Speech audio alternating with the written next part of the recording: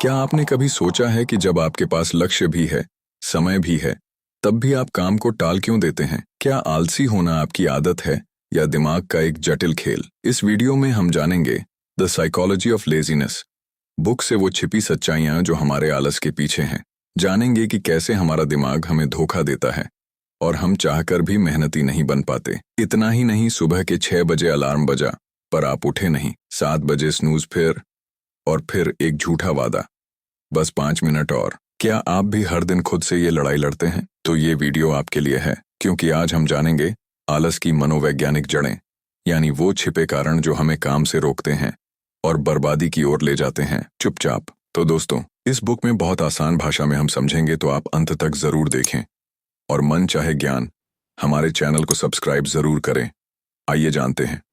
पहला अध्याय, सेक्शन 1। हम सोचते हैं कि आलसी लोग बेकार होते हैं, लेकिन किताब कहती है laziness is not about not doing anything, it's about not doing what you should be doing. यानी हम आलसी नहीं होते, बल्कि हमारी प्राथमिकताएं उलझ जाती हैं। आप इंस्टाग्राम या यूट्यूब पर घंटों स्क्रॉल करते हैं, लेकिन 10 मिनट पढ़ाई नहीं कर पाते।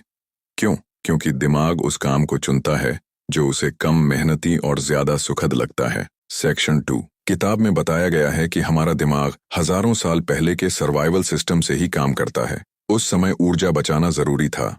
ज्यादा मेहनत करने का मतलब था मौत के करीब जाना। इसीलिए दिमाग ने आलस जैसी आदत को बचाव के लिए विकसित किया। आज के समय में जानवरों से डर नहीं है, लेकिन दिमाग अब भी हर चुनौतीपूर्ण काम को खतरा समझता है। पढ़ाई, जॉब इंटरव्यू, जिम जाना, सब कुछ उसे डर जैसा लगता है, तो वो हमें रोकता है और यही बनता है आलस। सेक्शन 3। हर बार जब आप कोई आसान और मजेदार चीज करते हैं, जैसे इंस्टा स्क्रॉल या गेम खेलना, दिमाग डोपामीन रिलीज करता है। ये डोपामीन ही है जो कहता है ये करो, ये आसान है, इसमें मजा है। अब जब आप कुछ गंभीर करना चाहते हैं, जैसे एक असाइनमेंट या फिटनेस प्लान, तो दिमाग डोपामीन नहीं देता और आप उसे टाल देते हैं। यानी instant pleasure versus long term growth की लड़ाई में आपका दिमाग बार बार हार जाता है। सेक्शन 4। हम में से कई लोग सोचते हैं मैं ही खराब हूं, मुझ में कोई काबिलियत नहीं है। पर किताब कहती है कि खुद को कोसने से आपका दिमाग और ज्यादा विरोध करता है। सेल्फ ब्लेम से दिमाग में स्ट्रेस हार्मोन्स बढ़ते हैं और वो प्रोडक्टिव होने की बजाय शट डाउन हो जाता है। यानी हम खुद को सुधारने की कोशिश में और गहरे आलस में डूबते जाते हैं। सेक्शन 5। चैप्टर 1 का सबसे बड़ा सबक यह है, आप में कोई खराबी नहीं है, आपका दिमाग बस पुरानी प्रोग्रामिंग पर काम कर रहा है। इसीलिए पहला कदम है खुद को समझना। जब आप जानते हैं कि दिमाग कैसे काम करता है, तब आप उसे बेहतर तरीके से ट्रेन कर सकते हैं। आलस को हराने के लिए पहले जानिए वो किस डर, उलझन या आदत की वजह से पैदा हो रहा है। ध्यान खींचने वाले अंदाज में, अगर दिमाग ही हमारी प्रोग्रामिंग को कंट्रोल करता है, तो क्या हम उसे रीप्रोग्राम कर सकते हैं? क्या इंसान आलसी से मेहनती बन सकता है, और वो भी स्थायी रूप से? जानिए इसका रहस्य चैप्टर 2 में।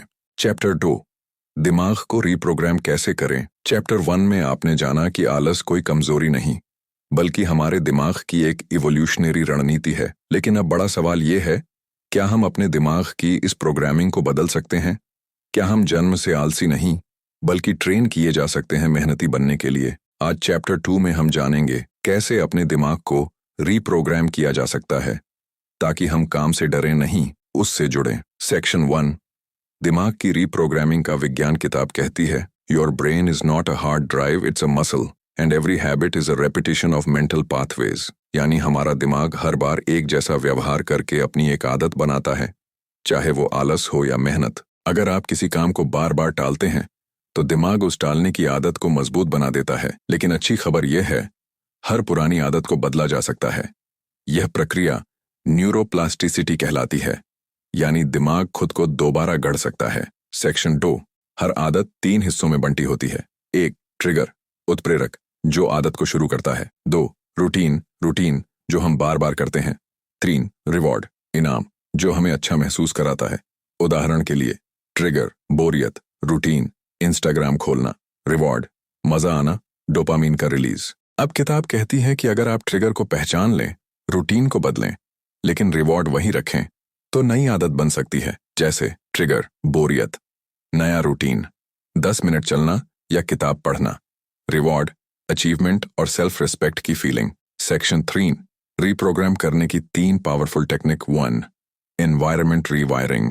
आपका वातावरण आपकी आदतों का कारखाना है। अगर आपके पास डिस्ट्रैक्शंस जैसे फोन, बेड, टीवी ज्यादा हैं, तो दिमाग उन्हीं की ओर भागेगा। हल, वर्क एरिया को क्लियर रखें। डिस्ट्रैक्शन ब्लॉकिंग एप्स का प्रयोग करें। बेड और वर्क की जगह अलग रखें। 2, आइडेंटिटी रीबिल्डिंग। किताब में लिखा है, don't say I want to be productive, say I am a productive person. जब आप अपने आप को एक नई पहचान देते हैं, तो आपका दिमाग उस पहचान के अनुसार खुद को ढालता है। 3, माइक्रो कमिटमेंट्स। मैं रोज 2 घंटे पढ़ूंगा। ये सुनने में अच्छा लगता है, पर मुश्किल होता है। लेकिन मैं रोज 2 मिनट पढ़ूंगा आसान लगता है। किताब कहती है, छोटे टारगेट दिमाग को ओवरवेल्म नहीं करते, इसलिए वो उन्हें जल्दी स्वीकार करता है। सेक्शन 4, रिवॉर्ड सिस्टम को हैक करें। डोपामीन को खुद के पक्ष में कैसे इस्तेमाल करें। 1, टू डू लिस्ट में छोटे टास्क जोड़ें और उन्हें टिक करें। हर बार एक टास्क पूरा करना डोपामीन रिलीज करता है। तो वर्क को फन में बदलें, जैसे म्यूजिक सुनते हुए सफाई करना। 3, सेलिब्रेट स्मॉल विंस। हर छोटा टारगेट पूरा होने पर खुद को रिवॉर्ड दें। 1 कप चाय, 1 गाना सुनना या 10 minute break. Section 5, habit tracker accountability. Visual, किसी व्यक्ति की दीवार पर हैबिट ट्रैकर कैलेंडर किताब के अनुसार जब आप अपनी प्रगति को ट्रैक करते हैं, तो दिमाग में विजेता वाली भावना आती है। और जब कोई दोस्त या परिवार वाला आपको जवाबदेह ठहराता है, तो सक्सेस की संभावना बढ़ जाती है। इसलिए एक सिंपल कैलेंडर पर टिक लगाइए। अपने दोस्त या भाई को बताइए कि आप क्या करना चाहते हैं। सोशल मीडिया पर अपने गोल की घोषणा करें, लेकिन ध्यान रखें, सिर्फ दिखावे के लिए नहीं, जिम्मेदारी के लिए। तो अब आपने जाना कि आप आलस के गुलाम नहीं, बल्कि उसके मास्टर बन सकते हैं। बस आपको अपने दिमाग की भाषा सीखनी है। लेकिन सवाल यह है, क्या सिर्फ हैबिट बदलना ही काफी है, या फिर कुछ गहरे भावनात्मक कारण भी हैं जो हमें रोकते हैं? क्या बचपन के अनुभव या डर हमारी प्रोडक्टिव लाइफ की सबसे बड़ी रुकावट है? जानिए अगला खुलासा चैप्टर 3 में। Chapter 3, emotional blockages. अंदर के डर जो हमें रोकते हैं। कभी आपने सोचा है, आप काम क्यों टालते हैं जब आप जानते हैं कि वो आपके लिए जरूरी है? कभी कभी वजह आलस नहीं, बल्कि छुपा हुआ डर होता है। डर असफल होने का, डर जजमेंट का, डर खुद से टकराने का। आज हम जानेंगे वो छुपे हुए भावनात्मक ब्लॉकेज जो हमें रोज रोज थाम लेते हैं और हमारी प्रोडक्टिव एनर्जी को निगल जाते हैं चुपचाप। सेक्शन 1, परफेक्शन का जाल। किताब कहती है, perfectionism is a beautiful mask that laziness wears.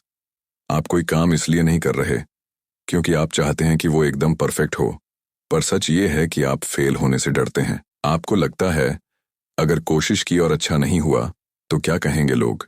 इसलिए दिमाग बचने का रास्ता ढूंढता है और आपको देता है आलस। एग्जाम्पल, आप एक ब्लॉग शुरू करना चाहते हैं, लेकिन महीनों से सोच रहे हैं, थीम कैसी हो, कैमरा कौन सा लें, शुरू कैसे करें।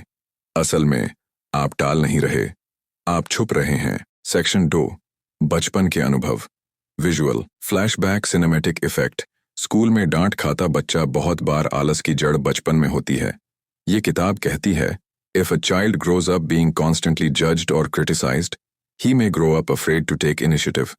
जिन्हें बार बार सुनना पड़ा, तू कभी कुछ नहीं कर पाएगा, तेरे से नहीं होगा, इतना स्लो क्यों है तू, उनके अंदर एक छुपा हुआ सेल्फ डाउट बैठ जाता है। और जब बड़े होकर उन्हें कोई नया काम करना होता है, तो उनका दिमाग कहता है, don't try, you'll fail anyway. Section 3, comparison का जहर। विजुअल, सोशल मीडिया पर दूसरों को देखता व्यक्ति खुद को कमतर महसूस करता है। आज के डिजिटल युग में कंपैरिजन सबसे बड़ा आलस पैदा करने वाला जहर है। जब आप दूसरों की सफलता देखकर खुद को छोटा महसूस करने लगते हैं, तो मोटिवेशन खत्म हो जाती है। आप सोचते हैं, वो तो मुझसे बहुत आगे हैं, मैं कहाँ टिकूंगा? और दिमाग कहता है, कोशिश मत कर, बेकार है। कंपैरिजन, इन्फीरियॉरिटी, पैरालिसिस यही होती है इमोशनल लेजीनेस की असली chain. Section 4, fear of responsibility. Visual, promotion के मेल को देखकर घबराया चेहरा या नया मौका ठुकराता इंसान। कभी कभी हम काम से इसलिए बचते हैं क्योंकि हमें आगे की जिम्मेदारियों से डर लगता है। किताब कहती है, people avoid success not because they don't want it, but because they are scared of what comes next. Success का मतलब होता है ज्यादा जिम्मेदारी, ज्यादा मेहनत, ज्यादा एक्सपोजर, और अगर कोई अंदर से खुद को उसके लायक नहीं समझता तो वो सफलता से भी भागने लगता है। रिजल्ट, वो सब कुछ टालने लगता है, यानी आलस। सेक्शन 5, इमोशनल हीलिंग के 3 उपाय। व्हेन इनर डायलॉग बदलें, मैं फेल हो जाऊंगा की जगह बोलें, फेल होना सीखने का हिस्सा है और मैं सीखने को तैयार हूं। 2, जर्नलिंग करें। रोज रात को सिर्फ 5 मिनट लिखें। क्या काम टाला, क्यों टाला, उस समय आपको कैसा लगा। इससे आपको अपने डर की असली पहचान मिलेगी। 3, फॉरगिव योर पास्ट सेल्फ। किताब का एक powerful quote, you are not the lazy kid they said you were, you are a grown human capable of reinventing yourself. जब आप अपने पुराने डर और जख्मों को माफ करते हैं तभी आप अंदर से बदलना शुरू करते हैं। गंभीर और सोच में डालने वाला अंदाज। तो अब आप समझ चुके हैं कि आपकी आलस सिर्फ आदत नहीं, एक भावनात्मक प्रतिक्रिया है। लेकिन अगला सवाल ये है, क्या हमारा शरीर भी आलसी बन जाता है? क्या फिजिकल एनर्जी और डाइट भी हमारे दिमाग को आलसी बना सकती है? क्या शरीर की थकान माइंड की प्रोग्रामिंग को प्रभावित करती है? जानिए इसका गहरा कनेक्शन चैप्टर 4 में। Chapter 4, final chapter. क्या मैं सच में आलसी हूं या मेरा शरीर थका हुआ है? क्या कभी ऐसा हुआ है कि आप काम करना चाहते थे लेकिन शरीर ही साथ नहीं दे रहा था? आज के इस आखिरी चैप्टर में हम जानेंगे शरीर और दिमाग का वो रहस्यमयी रिश्ता जो आपकी ऊर्जा, इच्छा और कार्यक्षमता को कंट्रोल करता है। Section 1, chronic fatigue versus laziness.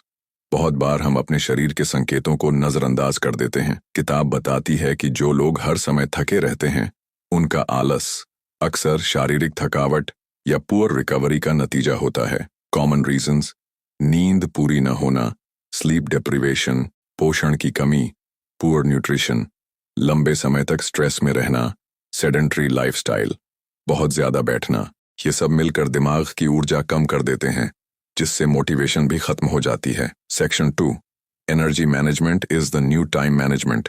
किताब में लिखा है, people don't need more time, they need more energy. अगर आप सुबह से रात तक एक्टिव रहना चाहते हैं तो केवल टाइम टेबल नहीं, एनर्जी टेबल बनाइए। कैसे? काम को हाई एनर्जी और लो एनर्जी टास्क्स में बांटिए। सुबह के 2-3 घंटे सबसे कीमती होते हैं, वहां सबसे जरूरी काम रखें। हर 90 मिनट बाद 10 मिनट का ब्रेक लें। अल्ट्राडाइन रिदम रूल, इससे आप काम करते हुए बर्नआउट महसूस नहीं करेंगे और आलस धीरे धीरे दूर होगा। सेक्शन 3, डाइट, स्लीप, मूवमेंट का असर। 1, स्लीप, मेंटल पावर। नींद सिर्फ शरीर के लिए नहीं, दिमाग के लिए भी जरूरी है। नींद के दौरान ही दिमाग टॉक्सिन्स को बाहर निकालता है और नई यादें बनाता है। टिप, रोज कम से कम 7-8 घंटे की नींद लें।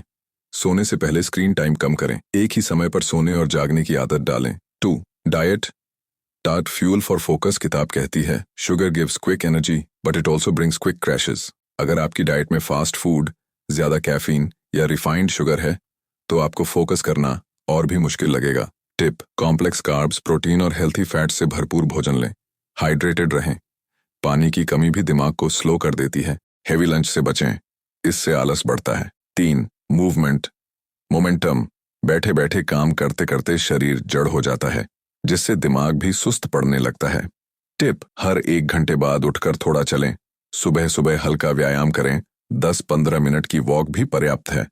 बॉडी को हिलाना यानी दिमाग को एक्टिवेट करना। सेक्शन 4, आलस से निकलकर मीनिंगफुल लाइफ की ओर। किताब के आखिरी हिस्से में एक गहरी बात कही गई है, laziness is not a failure of will, it's often a lack of meaning. जब जीवन में किसी चीज का उद्देश्य नहीं होता तो मोटिवेशन भी खो जाती है। इसीलिए अगर आप खुद से पूछें, मैं ये क्यों कर रहा हूं, तो जवाब आपको ऊर्जा देगा। Purpose, emotion, motion. जब आपको अपने काम से भावनात्मक जुड़ाव मिलेगा तब दिमाग खुद चलने लगेगा। तब आपको मोटिवेशन नहीं ढूंढनी पड़ेगी, मोटिवेशन आपको ढूंढेगी। Final suggestions.